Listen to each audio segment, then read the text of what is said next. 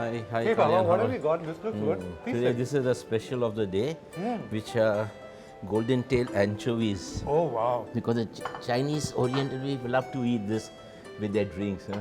I just have a taste of it. Is this what we call mandeli? Yeah, Oh, okay. So where did you buy this from? from the market. Sasundog? No, Sasandor. It came in from Sasandor. You see how it tastes?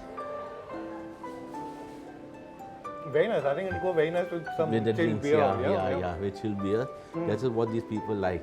Because in China, you get a lot of tidbits to eat with the drinks. Even like pork scrap and Yeah, pork floss scraps and yeah, and you know, like crispy different types of prawns and all that, which is very difficult to get by here. So where do you get all these ideas of all these It dishes? just comes, you know, like come with my experience with Chinese food and eating and traveling abroad, and with the Chinese culture.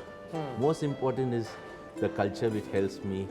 So to I find the food here very different from most of the other Chinese restaurants in Mumbai. So what is different about authentic Chinese food? Authentic Chinese is what you're eating here. Today, everybody does a mishmash of everything, you know, trying to please the people, which I'm very averse to it because I don't think you can add like the way they put, you know, cheese and everything into Chinese food. Cheese into Chinese? Yeah, they make a big dish of noodles with cheese and prawns and all that, you know, which sometimes the European, but I never get into all this sort of thing. But I like to have authenticity.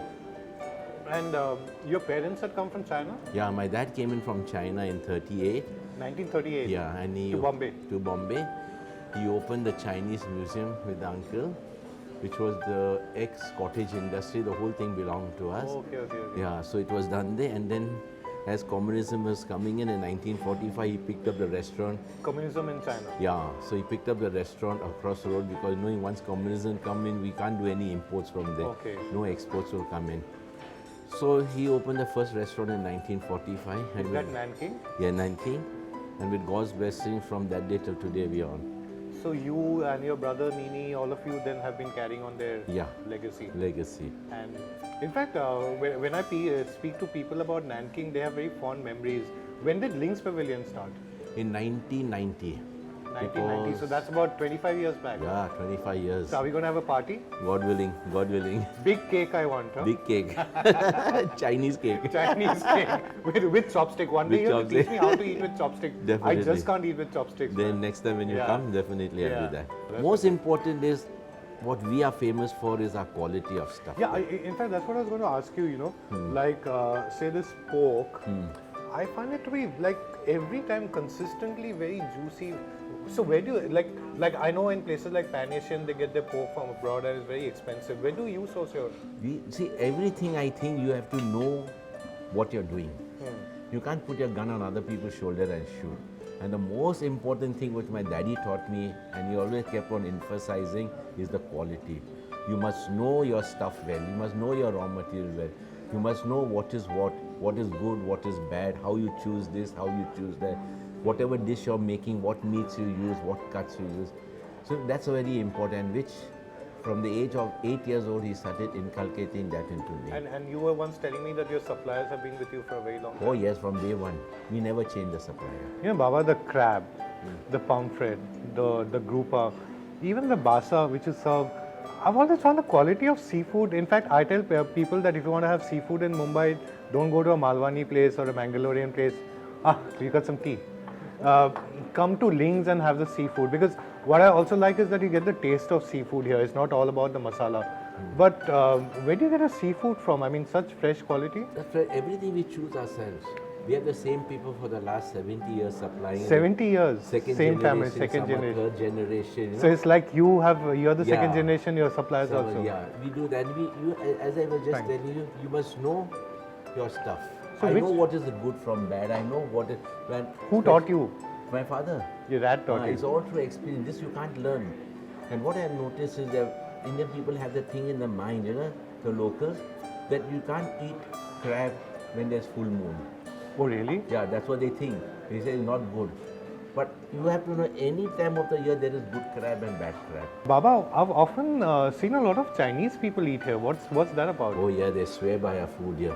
And yesterday we had a group of about 42 people. 42 Chinese people? And they were so amazed with the food they couldn't believe, you know. And there was insisting that they want to go into the kitchen to see who's cooking, but they couldn't believe that it's. Do you ever cook? Oh, yeah, I'm going to use my hands for Yeah, this. sure. Yeah. That's how you have to eat there. Yeah? Yeah, that's how you have to eat. Very nice. Huh? The thing about this crab is that you really get the sweet, juicy meat taste of the crab, and it's not that there are masalas interfering with No, the taste. no. That's what I love. You know, when I'm spending like a fair amount of money on crab meat, then I want to taste the crab, and that's what I really like about the. Yeah, and that's why our crabs are, because I know quality. So when the Chinese people come here, do they feel like it's like home food, or do they say it's Indian Chinese? No, I never give them Indian Chinese food. When I think they're ordering something wrong, I'm very adamant I don't give them. I say, no, you shall not eat that. One thing before we end, if someone was to come to Ling's, what would you recommend they try in their first meal? I have my favorites, but what is your? Like, I would first try to find out, talk to them, understand what their likes, what their dislikes are, and then arrange a menu. See if they like all. I will definitely give them my boiled dumpling. Because I think the first step is the last step. Yeah. Yeah, the first step is the last step. And like this, I would give them some of my prawns, which I think are very, very nice, I will give a fried rice, because I think nowhere in the world you will get fried rice like that. I believe the flavors are brilliant. And you see, a pot rice also very nice. Everything they make is something. So I would try to make them a nice menu and let them go back with a very, very nice memory of what they eaten here. Yeah. So that's the Ling story for you. Sometimes I wonder when people ask me where to eat in Mumbai, whether I should recommend Ling's, because it's a Chinese restaurant, right? But then I thought that the Ling's family story is really what encapsulates the Mumbai story. This is the story of immigrants. They came to the city chasing a dream. They worked hard. They were welcomed by the people of the city. They are now such a big part of the city's fabric. And that's what the Mumbai story is about. It probably reflects a bit of what my story is as well. So I would suggest that you come to Ling's, because it is definitely one of my favorite restaurants in the city. If you like this video, please subscribe for the Finely Chopped, and please leave a comment as to what you thought of the video.